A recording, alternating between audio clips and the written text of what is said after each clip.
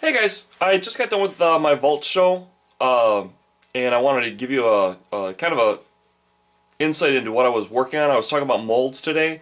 The very end of the show was working on your own master, and I had never done. I don't know why I do this to myself. I potentially set myself up for disaster week after week, just assuming I can pull it off, and I guess I've been pretty lucky. One of the thoughts that I had was I had never actually physically like cut, like here's like a dental plaster shape. Got a mold for it, poured it in, pulled it out. It's got, you know, uneven, horrible, but not a bad thing to practice techniques on. And I had absolutely no idea if this would cut on a saw. And strangely enough, you know, I assumed it would, and strangely enough, it did. And so I'd like to kind of show you what I did and how I'm working on it, and so you know you can use it yourself. So this is a relatively soft dental plaster, and the shape that I cut out for the show was a chaos symbol. It's a little bit thicker than I would normally like, but I basically just hand drew it out and cut it out on the scroll saw. Cut out beautifully. One of the unique things about plaster is that it's strong and brittle at the same time, if that makes sense. You can etch into it, you can do a lot of things to it, and it'll hold the form really, really well. And kind of like, because it is kind of like a stone, it can break apart like a stone. And so the first part that I did was just physically cutting it out and showing that yes, you can physically cut this out and make a master of your chaos symbol. And then the second, or the last part of the show is showing the kind of distress work that you can do on it. The first thing I did is I went through and I etched out my lines away from the central portion there, that circle in the middle. I wanted to make it look kind of like it was stones that were assembled together. Also, strangely enough, I used a cap head, a paint cap round head, as the centerpiece there, and bizarrely enough, that's fits beautifully into a round base. So, you know, if you're a 40K player, you want to have something cool for your demon prince to, you know, stand on, or, well, prince would be kind of huge, but, you know, something appropriate. But I did some distress work on it, and I just want to do a quick video showing you the kinds of things that you can do with this dental plaster once you've got it into a workable format. So that's what this is going to be all about. So let me set my camera up at an angle where you guys can see what I'm doing. And I apologize. It's kind of hard to find the right... I don't have a tripod or anything. I don't have anything really fancy to work with. So here's my shape. I should really raise that up a little bit.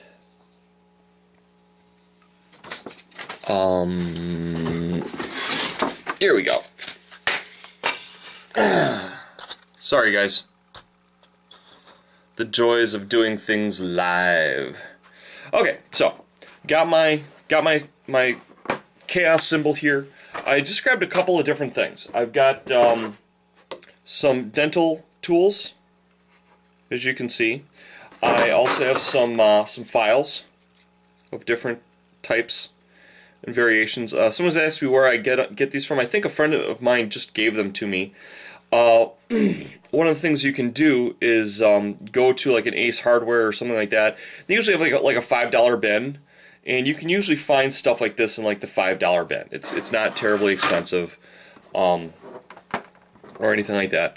What I was doing was I was going through and I was doing some distress work along it. I'm just working from one corner and I'm working my way around. So you can see where it's kind of like broken away. Let me show you there, then there. And I had started off by scratching this circle, and then I started busting out sections of it. I'm doing this kind of backwards just to show it to you, and I'm going to just continue on. Like this point here, try and pick out a different area each time, or at least that's what I try and do. This tip I'm going to try and break off. Now one of the things you want to do is you want to support it so it doesn't over break. You don't want it to be, because you can't put the material really back on. I mean you could green stuff and whatnot, but it's easier just to get it right off the bat. So I want to break a little bit off of the tip there. So I'm going to support it with my thumb. See how I got to support it with my thumb? And then I'm going to just bust that tip off. See how I busted that tip off? And if I want to bring that down a little bit, I just come under it a little bit and just continue to break it down. So you can start seeing how I've got, you know, different things going on. Now I'm going to break out the top side. So I'm going to support it with my thumb, and I'm just going to pull away, let it break, and I'm just kind of making each one individual, finding a little special area. Now on this one I'm going to bust off this outside corner. See how easy that is? And break it off just to make it look kind of just, you know, unique. Then I'm gonna break off like the internal part of this one. I kind of apologize, it's kind of hard to physically show you and do it at the same time. But oh, you want to use the more pointy end to do this. There, that's a good piece. But so I'm just going through, I'm just chipping it up, beating it up, making it look kind of old and ratty.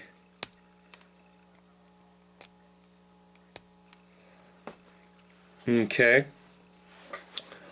So that's one aspect that I'm doing there to just make it look kind of scarred and beat up and wrecked. I'm going to do bust out another chunk right here.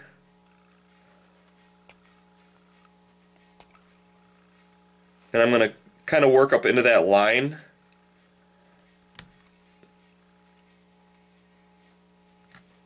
Okay.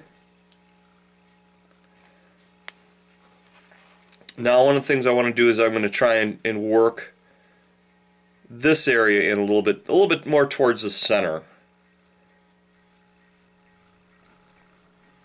So I'm going to just put my thumb here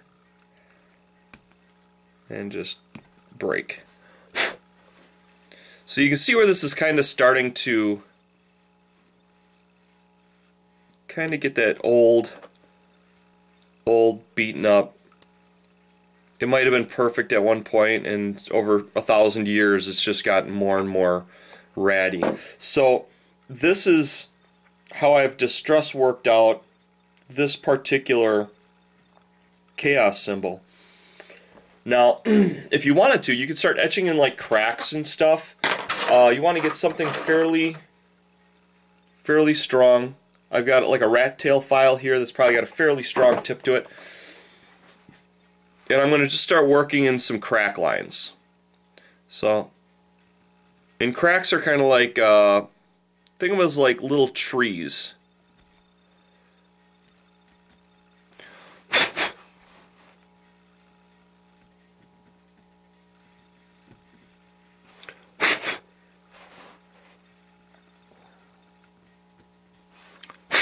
So you see how let's see if I can, there it is.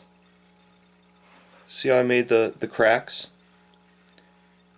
And then you can just work your way around the piece, making cracks and whatever it is you want to do. Like we got a fairly deep gouge here, so I'm gonna work that line out a bit. And like I said, just think of like a tree, because cracks have a tendency to branch out, just like trees do, or lightning. See how I've got that crack going there? You might want to have a little crack working in a different direction. They don't have to be long.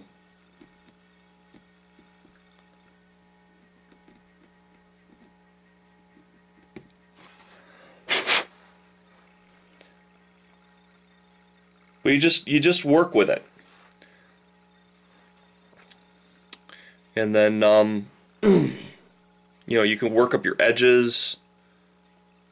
But basically, this is getting on 10 minutes, and I think you're getting the main idea. What I'm trying to point out is that with a little bit of dental plaster that's a low grade, you know, not terribly strong, and regular plaster that you get at like a Michael's or something would be perfect for this, because it's even weaker than dental plaster is. It might even be too weak. But with the right kind of cutting tools, like I said, I've got a 360-degree scroll saw blade. You can cut out some incredible shapes. It etches very easily. It's very easy to do distress work on it. And then this is the kind of thing that you can ship off to a mold maker and say, look, I want to have a mold made of this. And they can quote you a price, and you can actually just start casting these. So this is what was on the show this week. I hope it inspires you guys to play around. You can even go and get like a small tin or something, or plastic container, pour some in, and just start experimenting. You can carve symbols into this. You can do all sorts of stuff. So this is another medium that you can work in. I know I'm mostly known for my foam work, but plaster is something that's got its own unique properties. It breaks away and looks a lot like stone, because it basically is stone. It's just a low grade of it.